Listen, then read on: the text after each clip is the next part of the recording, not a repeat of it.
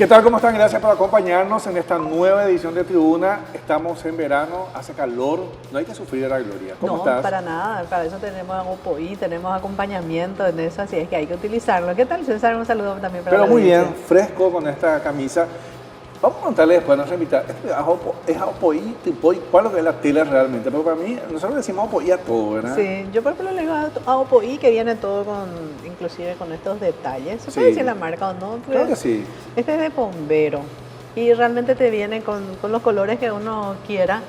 Y digo eso porque que hay variedad, a eso nomás quiero llegar. Mi punto es simplemente eso, que hay variedad y que uno puede ser fresco, o sea, estar fresco, que no es solamente el blanco, depende de lo que uno quiera. Y en tu caso incluso entiendo que detrás de esa camisa, detrás de esa ropa, están manos laboriosas de Sí. mujeres. Inclusive de yo sí que Mocayapín, pude ver. el algodón es orgánico, hay un Sí. montón de trazabilidad de buenas prácticas detrás de eso, ¿verdad? También en los tejedores, etcétera. Sí. Que se sepa que no es su auspiciante bombero, pero No le es, apoyamos no, pero a esa realmente, marca. claro, por el nombre y hay mucha gente, porque todo lo que hacen este tipo de trabajos son del interior, no es que ellos hacen, sino contratan manos paraguayas que están ahí y finalmente es cultura, es seguir manteniendo lo lindo que tenemos, Yo ¿verdad? no voy a decir cuál es la marca, porque esta sí es una marca muy grande, muy famosa, algo británico. ¿Verdad? Ah, Pero ya. No necesita No, lo auspiciante. mío es más local, Lo tuyo César, es lo mío es más local. Bueno, sí. tenemos dos temas sumamente interesantes para hablar. Hoy vamos a estar hablando sobre los proyectos, los avances del Instituto Superior de Bellas Artes. Algunos, por citar, el Club de Investigadores, la Revista Cultural y el Proyecto de Diseño e Innovación de la Artesanía. Fíjate todo lo que hay, este instituto tan emblemático, el ISBA, ¿verdad? O sea, para mí que tengo una familia con artistas, realmente es fabuloso ver lo que hace el ISBA. Nos estará acompañando su director general. Y también a propósito de cultura, de inclusión, de arte, todo lo que implica la producción literaria. Fíjense lo que es nuestra mesa, si es que podemos mostrar. Hoy venimos cargados de libros y son libros en diferentes lenguas, en diferentes idiomas que nuestras invitadas nos estarán hablando. Estamos hablando de Nibaclé, estamos hablando de Ayoreo, estamos hablando de Guaraní, Tomarajo, entre otros. ¿Verdad? Realmente qué interesante y fundamentalmente, Gloria, me tocó estar la semana pasada en una de estas entregas cuando decía yo vamos a entregar libros, me decían no, vamos a hacer una devolución, ¿verdad? Porque el trabajo se hace con las comunidades indígenas, ¿verdad? Entonces, Qué buen pensamiento, ¿no? el pensamiento, Sí, ¿verdad? No sí. es mío, es de ellos y lo que estoy haciendo es trayéndole acá el material o el libro que ellos nos dieron con sus saberes ancestrales, Así mismo. que en algunos casos todavía no tenían ni escritos. Y realmente es fantástico el trabajo que hace la Secretaría de Políticas Lingüísticas, por eso agradecemos el tiempo, la presencia de Rosana Abogado, ella es directora general de promoción, protección, entre otros, de lenguas indígenas. Gracias por estar aquí, Rosana. Muchas gracias, César. Un saludo cordial para toda la mesa y también para la audiencia que nos acompaña. Gracias por el espacio. Y también nos acompaña Sonia Ábalos, mira lo que es su cargo, Gloria. Ella es jefa del Departamento de Revitalización de Lenguas en Peligro. Sí. Qué bárbaro, Gloria. Qué mucho trabajo. Realmente Sonia Qué tiene mucho- un cargo. Sí, no, ¿verdad? mucha responsabilidad Mucha más que cargo. responsabilidad, ¿verdad? César, Gloria, ¿Qué ¿cómo tal? están? Muchas gracias por el espacio y un saludo también a la teleaudiencia. Y justamente, Sonia, hablamos un poco de peligro. Hay varias lenguas que están en peligro. Hay familias de comunidades indígenas que ustedes pueden contar con el dedo. Saben cuántos son los que hablan una lengua, por ejemplo, ¿verdad? Sí, en Paraguay tenemos 19 lenguas indígenas, de las cuales 6 se encuentran en riesgo de extinción y la más crítica es la lengua Wanapemá, que es la lengua hablada por el pueblo Wana, que solamente estamos hablando de 3 portadoras, ni siquiera son hablantes porque no interactúan ya en su lengua, son portadoras y todas ellas son ancianas ya también. Y eso después nos explicarás qué hicieron con las Guaná, Sí. porque justamente con Rosana tuvimos la oportunidad de hacer otros trabajos que tienen que ver con derechos humanos, con inclusión, y solemos hablar de que también cuando hablamos de lenguas indígenas se nos viene en mente el guaraní, pero el guaraní es una de las tantas, Rosana. Sí, así mismo. El guaraní es una lengua, el guaraní lengua oficial. Es Que una, encima se divide otra vez, sí, ¿verdad? es Sí. una lengua de origen indígena, pero ya hoy hablaba por la población no indígena, no. Los paraguayos no nos reconocemos como miembros de un pueblo, pero hablamos guaraní. Y el guaraní tiene 6 hermanos dentro de las 19 lenguas que mencionaba Sonia, que es hablada por los indígenas que se autodenominan de esos 6 pueblos. Originalmente el guaraní era una familia muy grande, extendida por toda América del Sur. Y aparte de eso, el guaraní es lengua de contacto entre, por ejemplo, los angaité y los no indígenas. El guaraní es una lengua extremadamente poderosa porque sirve de contacto entre los paraguayos no indígenas y algunas de los pueblos indígenas. Y también Sonia va a explicar eso en uno de los materiales, que es una investigación, es una lengua que está desplazando a otras lenguas indígenas. Entonces, el poder del guaraní es bastante significativo y, por qué no decir, es muy poderoso. Justamente tuvimos la oportunidad de acompañarles, de nuevo agradezco al ministro Javier Viveros por la oportunidad de permitirnos ser parte de esta evolución de algunas investigaciones, y fundamentalmente lo que pasó en el pueblo de la comunidad Ayoreo, ¿verdad? Donde el acto se hizo en Ayoreo, o sea, todo el evento fue en Ayoreo, y había un traductor que es obviamente un profesor ayoreo que tuvo la gentileza de traducirnos al español para que entendiéramos lo que pasaba. O sea, ese tipo de situaciones son muy buenas e interesantes, y ahí lo que nos permite es ver la diversidad, porque el ayoreo no tiene nada que ver con el guaraní. No. Es más, la lengua de contacto de los ayoreos con la población no indígena es el castellano. Sí. Fácilmente uno va a encontrarse ahí, de la producción que tenemos producción en lengua nivaclé y en lengua ayoreo. Ambos se comunican con nosotros en castellano y se disgustan cuando su interlocutor les consulta en guaraní algo, y enseguida te responden, o me hablas en nivaclé o en castellano, o me hablas en ayoreo o en castellano. Y los niños, muy niños, hablan solamente su lengua en ambos pueblos y no entienden aún ni el castellano ni el guaraní. Ahí en las imágenes de apoyo podemos ver la pasada entrega de los diccionarios, y quiero hacer una mención y un agradecimiento muy especial al otro equipo que va a entrar también en la transmisión de hoy, que es el ISBA. El ISBA, en un trabajo articulado con la Secretaría de Políticas Lingüísticas, nos hizo la diagramación y este acabado tan fino que tiene este documento, como una colaboración interinstitucional. Convengamos que la diagramación de un documento lexicográfico, como son los diccionarios y los apuntes de gramática ayoreo, tienen una complejidad, y todo ese trabajo lo hizo el ISBA con mucha paciencia, con una comunicación muy fluida, y no quiero dejar de mencionar eso porque fue muy paciente el acompañamiento del ISBA para la construcción del documento final que llegó, que vimos en imágenes, y ahí vemos a Amadeus Benz, que es el que capitaneó este proceso. Amadeus Benz tiene más de 40 años de convivencia con los ayoreos y con los COM, y este trabajo le tomó 25 años. El Estado, a través de la Secretaría de Políticas Lingüísticas, toma el trabajo ya en la etapa final, le acompañamos en la etapa final, para la edición final, para la validación final, para la diagramación y hoy publicación. No solo en formato impreso, también en formato digital disponible en la red de la Secretaría. El hecho que exista un diccionario, justamente, Sonia, implica que ya se puede hablar, o sea, que uno ya puede tener una noción de eso, ¿verdad? Porque hablamos ya de una cuestión compilada, completa. Sí. Tener un diccionario no asegura que la lengua esté viva, ¿verdad? Porque la lengua está viva mediante su hablante. Claro. Pero el diccionario puede constituirse en una herramienta para revitalizar. Ahí está la importancia de contar con materiales en la lengua indígena. ¿Qué, por ejemplo, pasa cuando ustedes hablan que solamente hay 3 personas que ni siquiera se contactan y que interactúan?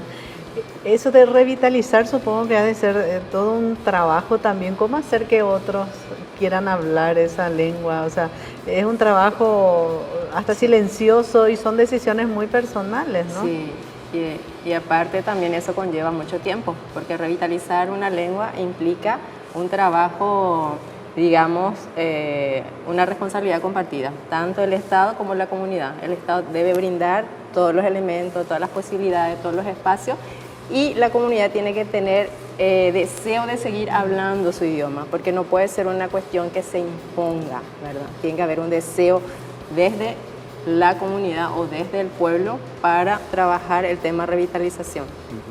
Por eso también escuchaba mucho una palabra del ministro Viveros que decía, la lengua goza de vitalidad. Sí. En el caso de los ayoreos, la lengua goza de vitalidad, decía el ministro. Es que según el último censo de pueblos indígenas del 2022 y cuyo atlas se ha publicado recientemente por el equipo del INE, en la página del INE está, el ayoreo es la lengua que tiene más presencia en los hogares. La pregunta que revela estos datos es qué lengua de preferencia se usa en el hogar. Y el pueblo ayoreo tiene el 89% de hogares encuestados donde la lengua de preferencia y de dominio es la suya. Y por debajo están los demás. Entonces, por eso decimos que es la que goza de mayor vitalidad. El caso del tomarajo es un caso bastante atípico. Sonia podría entrar en mayor detalle, pues ella fue la que coordinó esta investigación, que es nuestra otra publicación ya entregada también al pueblo. Sonia hizo con un equipo de trabajo, hicieron varias llegadas y bueno, los resultados son bastante interesantes. Así es que le dejo a Sonia para que pueda entrar en detalle. Hablemos de los tomarajos. Bueno, entonces. Los tomarajos, antes que nada, el pueblo tomarajo es el que menos población tiene, 213 personas. Esta Sí, es la que es del es- de forma Sí, famosa. sí, el 0,1% de la población indígena y el 0,003 de la población paraguaya. Paraguaya, O sea, sí. son poquitos. Y ahí es donde radica, ahí es donde tiene, digamos, considerada, ¿verdad?, la lengua en peligro. Porque el número absoluto de hablantes es bajísimo. Sí. Sí. Estamos hablando de que si hay un corte generacional, la lengua queda ya Desaparece. ¿no? desaparece. Sí. Sí. En ese caso, este es un trabajo, se llama diagnóstico sociolingüístico. Es un trabajo que ayuda a evidenciar el grado de vitalidad de la lengua. Ushir Hulo, así se denomina el nombre de la lengua que hablan los tomarajos. Bueno, este resultado, 80% todavía en la comunidad se habla el idioma, pero ¿dónde existe la debilidad? Dentro de la escuela. Pero dentro del ámbito familiar, dentro del ámbito de integración comunitaria, ya sea en momento de, qué sé yo, encontrarse con sus parientes, en momento de juegos, la lengua todavía se usa mucho, pero en el ámbito escolar no, porque tienen docente no indígena o docente de otro pueblo y no cuentan con materiales que puedan usar dentro de la escuela, ¿verdad? Entonces eso dificulta un poco la transmisión dentro de la escuela. Pero nos alegra mucho porque cuando uno llega a la comunidad y los niños todavía hablan, eso es una señal de que la lengua aún sigue viva y en el caso del Ishirkulo sigue viva dentro de la comunidad porque los chiquitos siguen hablando el idioma. ¿Qué es Los lo que hace el tomarajos son Estado, no? Ishir. Sí. Bueno, la palabra Ishir significa persona, hombre, Ah. por eso escuchamos decir Ushir Huitoso, Ushir Tomarajo, ¿verdad? Sí. Sí, algunos se autodenominan Ushir, otros se dice yo soy Chamacoco, yo soy Tomarajo, yo soy Huitoso, pero dentro de la familia lingüística Samuco tenés el ayoreo, tenés el Ushir Huitoso y tenés el Tomarajo, ¿verdad? Pero la palabra Ishir significa ser humano, hombre, ¿verdad? Lo que pasa es que en el caso de los Ishir, o Ishir, como decís, tenemos expresiones artísticas que trascendieron fronteras, ¿verdad? Como por ejemplo algunos artistas que nos permitieron tener sus obras. O sea, yo tengo obras de Ishir en casa, ¿verdad? Entonces, que valoro muchísimo porque tienen, o Claudelino, tengo entendido que es uno de los artistas que sigue manteniendo Owa, ¿verdad? Entonces es como que esa cultura también trascendió más allá, entonces obviamente cuando uno escucha sabe de qué está hablando, ¿verdad? Sí. Que me parece demasiado valioso. Y son, sobre el punto, son comunidades muy cercanas. Estos artistas plásticos que vos señalás, todos los pueblos están en la ribera del río. Sí. Un detalle que no es menor es que este pueblo, la única aldea Ishir Tomarajo, está solamente con posibilidades de acceso por el río Paraguay. Cuando la Quidabán dejó de funcionar se generó un caos para nosotros porque tuvimos que dejar de llegar a la comunidad. Está bordeado por estancias que son privadas y que no permiten el acceso. Entonces, si vamos bajando desde Bahía Negra hacia Puerto Limpo, tenemos las comunidades de Ixir y Utoso, como Puerto Diana, Cachabalú, que son más o menos los puntos de orígenes de estos artistas, y aguas abajo ya está Puerto María Elena, que es de donde se asienta esta comunidad. Qué difícil todo al escuchar, César, audiencia, ¿no? No es solamente la dificultad misma que tienen, sino que es la distancia, Sí, es una cuestión física, ¿no? Sí. Ni siquiera pasa por las ganas que uno tenga de hacerlo, sino también el obstáculo de distancia. Sí, Sobre ese punto, María Luisa, cuando uno va al médico y, perdón, Gloria. Gloria, cuando uno va al médico y lo Saluda a María diagnostica, Luisa. un beso a María Luisa, cuando uno va al médico y lo Tengo aquí diagnostica, después dice, bueno, toma tal antiinflamatorio cada 6 horas, nosotros ya hemos tomado esa decisión con el pueblo, como equipo, ellos ya recibieron el resultado y es, bueno, ¿ahora qué vamos a hacer?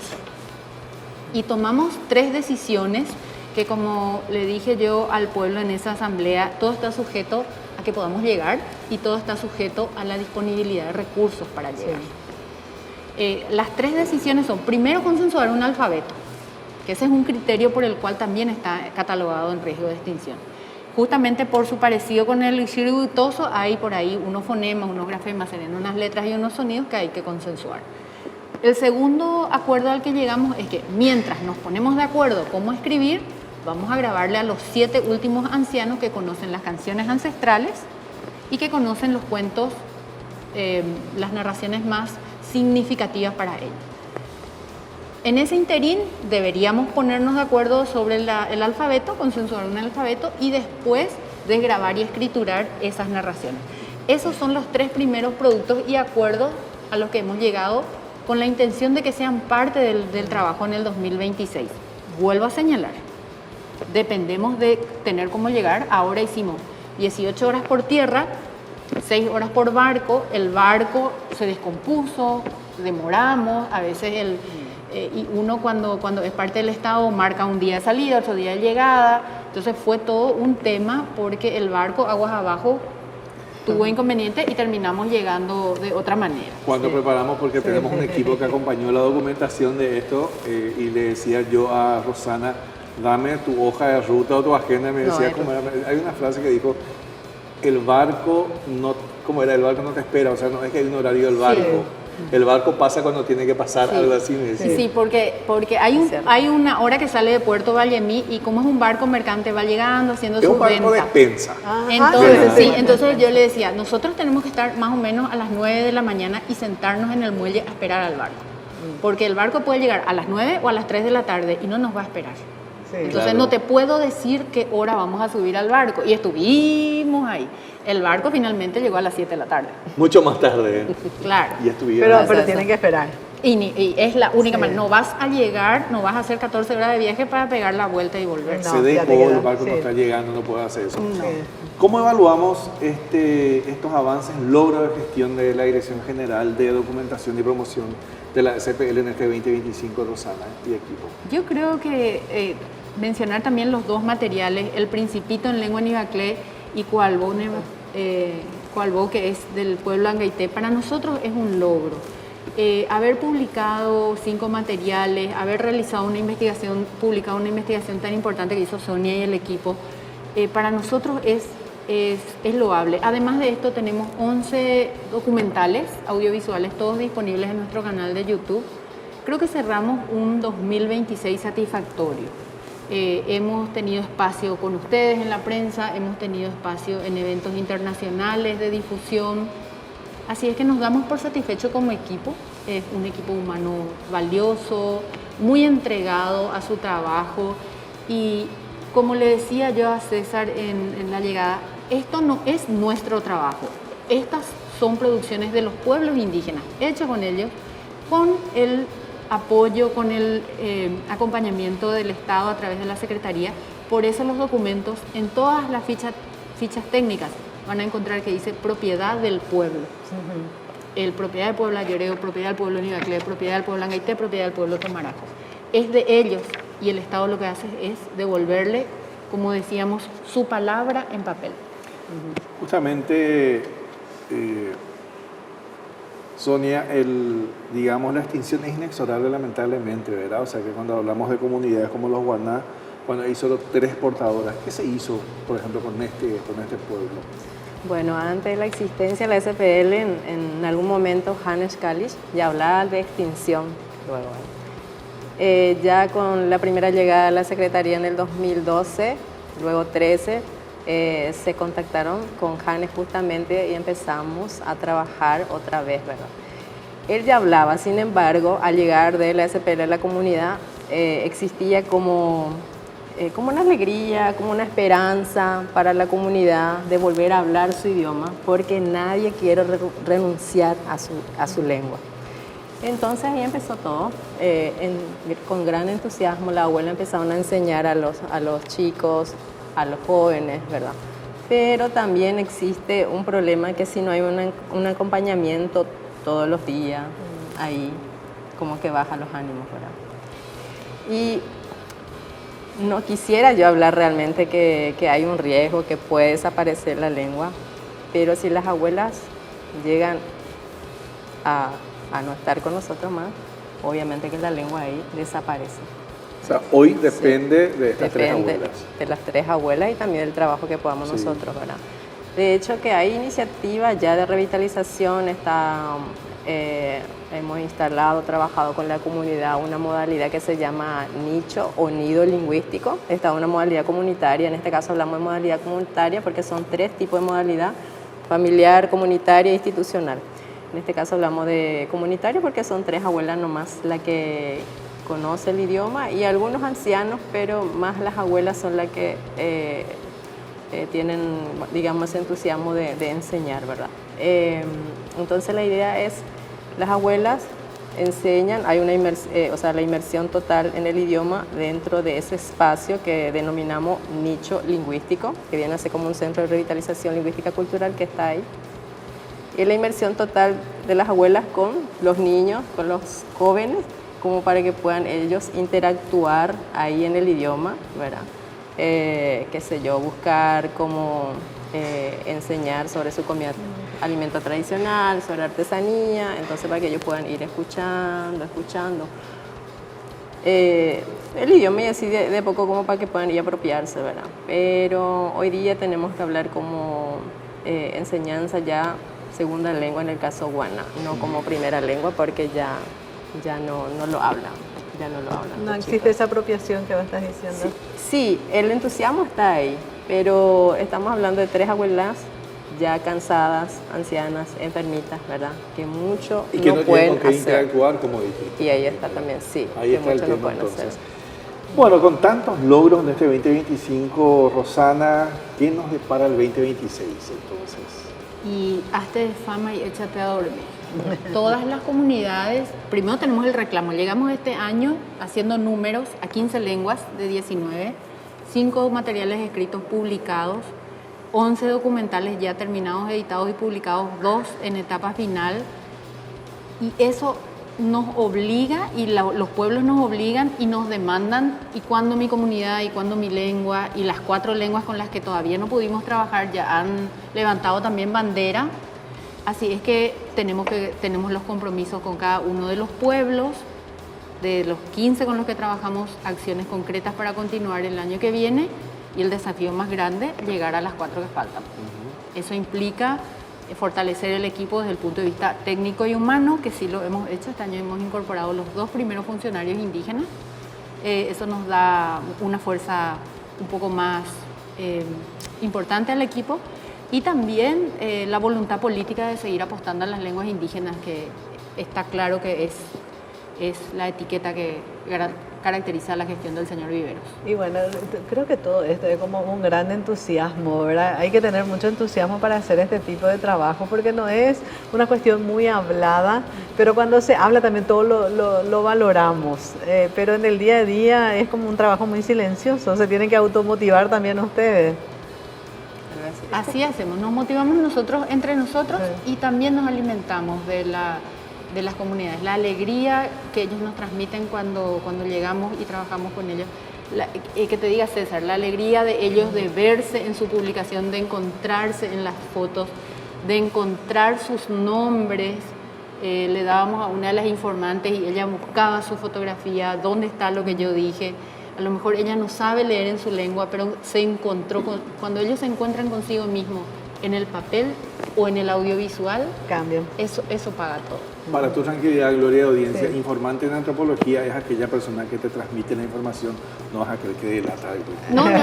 Es el que Porque el periodismo sería Sí, que sí. no. y que delató, ¿verdad? No, Entonces, no, en un nuestra- poco de chiste para hablar de esto, Claro. pero realmente es así. Yo de nuevo, ya lo dije y lo reitero, y ojalá me vuelvan a invitar, porque es un privilegio estar y ver estos encuentros, estar ahí, tomarse un tiempo para acercarnos a nuestros hermanos indígenas. Por un lado ver sus carencias también, pero por el otro lado también tomar temas que a lo mejor no están en lo cotidiano, pero que son sumamente importantes, que es el rescate de sus lenguas. Así es que, bueno, y viendo estos avances, viendo realmente estas publicaciones que tenemos, podemos estar seguros de que este 2025 fue un año sumamente exitoso. Realmente es fantástico ver esto. De nuevo, así como lo dije al comienzo, hay que bajar un poco a veces de nuestra cotidianidad. De nuevo agradezco a Rosana, al ministro Viveros, por la oportunidad de haberme permitido ir a ver, a vivir, a compartir estas vivencias, a ver incluso los reclamos, porque no es que un material así te reciben de entrada, así todo bien, sino que te dicen, bueno, perdón, en su idioma, ¿verdad? Los que hablamos guaraní creemos que todos hablamos guaraní, ¿verdad? Vamos a seguir trabajando en esto, entonces hay un desafío para el 2026. Totalmente. Entonces. Es así. Y tenemos también materiales que estamos cerrando ahora, que dentro de nuestra proyección 2025 era cerrar para arrancar el 2026 con montaje y edición. Seguramente que vamos a tocar otra de las puertas del ISBA. Tenemos más o menos... Menos mal que su director está escuchando. Gracias a Dios. Tenemos más o menos 3 o 4 materiales que ya están a punto de caramelo y que, bueno, seguramente necesitarán montaje y edición para ser publicados en el primer semestre del 2026. Rosana, gracias por tu tiempo. Gracias a ustedes. Sonia, muchas gracias. Gracias a usted por el espacio. Gracias, chicas. Y vamos a ir hablando de esto, Juana, porque vi ahí unas lagrimitas brotando en los ojos de Sonia cuando hablaba de este proceso histórico realmente. Tengo mucho cariño a las abuelas. Vamos a una pausa, en instante estamos hablando justamente del Instituto Superior de Bellas Artes. Ya volvemos.